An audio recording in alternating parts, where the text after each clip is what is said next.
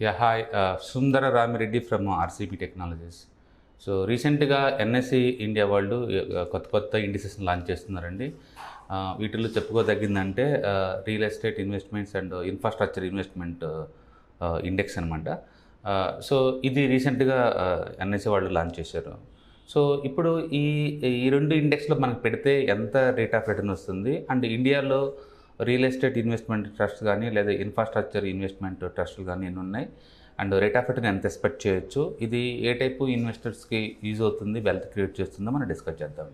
Okay, so బేసికల్గా మనకు అందరికీ తెలుసు రియల్ ఎస్టేట్ ఇన్వెస్ట్మెంట్ ట్రస్ట్ అంటే వాళ్ళు కమర్షియల్ ప్రాపర్టీస్ని బిల్డప్ చేసేసి ఆపరేట్ చేసేసి మెయింటైన్ చేస్తూ ఉంటారు. వచ్చిన ఇన్కంలో ఉంచి 80% షేర్ హోల్డర్కి షేర్ చేస్తూ ఉంటారు అన్నమాట ఇయర్ ఎండింగ్ కల్లా.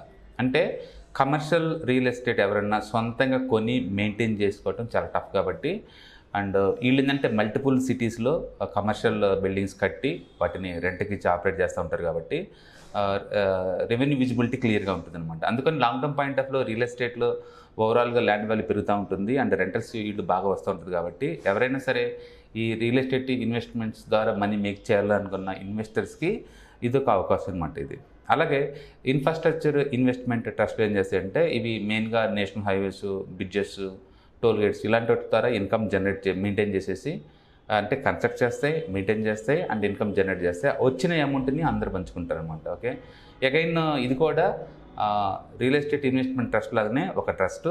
వాళ్ళు మనీని పబ్లిక్ దగ్గర నుంచి గ్యాదర్ చేసేసి ఇన్ఫ్రాస్ట్రక్చర్ డెవలప్ చేసేసి ఆ వచ్చే రెవెన్యూతో అందరూ షేర్ చేస్తూ ఉంటారు అనమాట.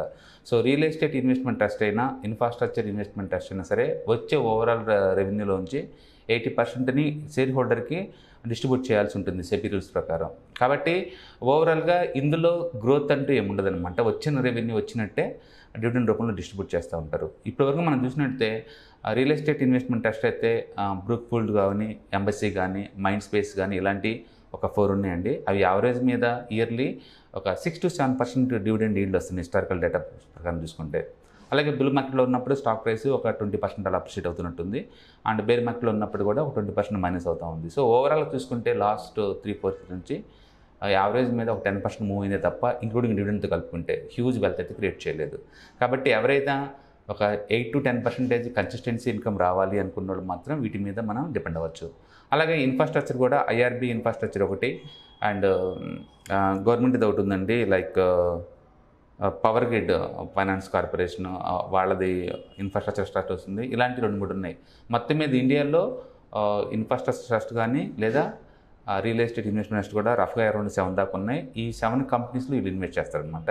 సో హిస్టారికల్గా రిటర్న్స్ ఇస్తే not so great. So dividend income 80% వస్తుంది అని చెప్పి ఈ ప్యాకేజ్ తప్ప స్టాక్ ప్రైస్ పెద్దగా అప్రిషియేట్ అవ్వనమాట. కాబట్టి ఇది కన్జర్వేటివ్ ఇన్వెస్టర్స్కి అండ్ బ్యాంక్ ఇన్వెస్ట్మెంట్స్కి లేకపోతే డివిడెండ్ ఇన్కమ్ వచ్చే కంపెనీస్కి ఆల్టర్నేటివ్గా ట్రీట్ చేయాలి తప్ప దీని ద్వారా లాట్ ఆఫ్ వెల్త్ క్రియేట్ అవుద్దంటే అవ్వదనమాట. సో వీటితో పోల్చుకుంటే బ్యాంక్ నిఫ్టీ ఈటీఎఫ్స్ లేకపోతే జూనియర్ బేస్ ఈటీఎఫ్స్ లేదా momentum 50 ETFs, Nifty 50 value ETFs అవి బెటర్ అనమాట.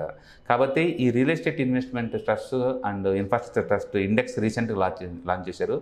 ఇంకా ఏఎంసీ కంపెనీ వాళ్ళు కూడా దీన్ని ఈటీఎఫ్ ఫార్మేట్లో అండ్ ఇండెక్స్ ఫండ్ ఫార్మేట్లో లాంచ్ చేయలేదండి. ఇన్ కేసు ఫ్యూచర్లో కనుక లాంచ్ చేసిన కన్జర్వేటివ్ ఇన్వెస్టర్లు తప్ప కొంచెం అగ్రెసివ్గా ఉండే ఇన్వెస్టర్లు ఎవరికి కూడా ఇది వర్త్ కాదు and don't apply for that one. Okay, ఎందుకంటే యావరేజ్ రిటర్న్స్ 7 to 10% కన్నా హిస్టరీ ఏం లేదు ఇక్కడ.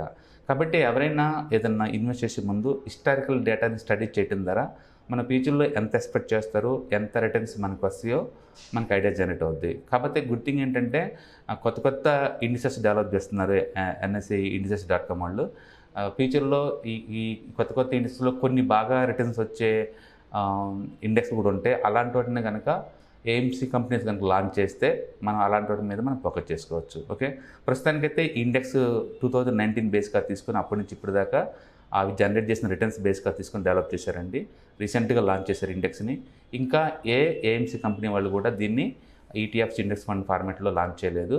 కొత్తగా ఏదన్నా రియల్ ఎస్టేట్ ఇన్వెస్ట్మెంట్ ట్రస్ట్లు వచ్చినా లేదా ఇన్వెస్ట్మెంట్ ఇన్ఫ్రాస్ట్రక్చర్ కంపెనీస్ వచ్చినా సరే అందులో ఇన్వెస్ట్ చేసే ముందు హిస్టారికల్గా ఈ డేటాని మీరు కంపారిజన్ చేసుకోండి. మీకు యావరేజ్ మీద డివిడెండ్ ఒక 7-8% గిట్టుబాటు అవుతాయి కదా, స్టాక్ ప్రైస్ పెద్దగా అప్రిషియేషన్ అవుతుంది. కాబట్టి 10% పర్ యానం చాలు మేము కన్జర్వేటివ్గా ఉంటాము అనుకున్న వాళ్ళకి ఇది బెటర్ అనమాట. దీంట్లోని అడ్వాంటేజ్ ఏంటంటే వీళ్ళు మల్టిపుల్ సిటీస్లో ఇన్ఫ్రాస్ట్రక్చర్ అండ్ రియల్ ఎస్టేట్లో ఇన్వెస్ట్ చేస్తుంటారు కాబట్టి మనకి కొంతవరకు డౌన్ సైడ్ రిస్క్ తగ్గిద్ది అనమాట. స్టాక్ మార్కెట్లో ఉండే యూజువల్ వాలటిలిటీ వీటిలో ఉండకపోవచ్చు. బట్ అట్ ద సేమ్ టైంలో స్టాక్ మార్కెట్లో వచ్చే రిటర్న్స్ ఈ కంపెనీల్లో పెద్ద హ్యూజ్ రిటర్న్స్ రాకపోవచ్చు. కాబట్టి 10% పర్ యానం చొప్పున ఎక్స్పెక్ట్ చేసే ఇన్వెస్టర్స్ వరకు ఇలాంటి ఇండిసెస్ని మనం కన్సిడర్ చేయొచ్చు.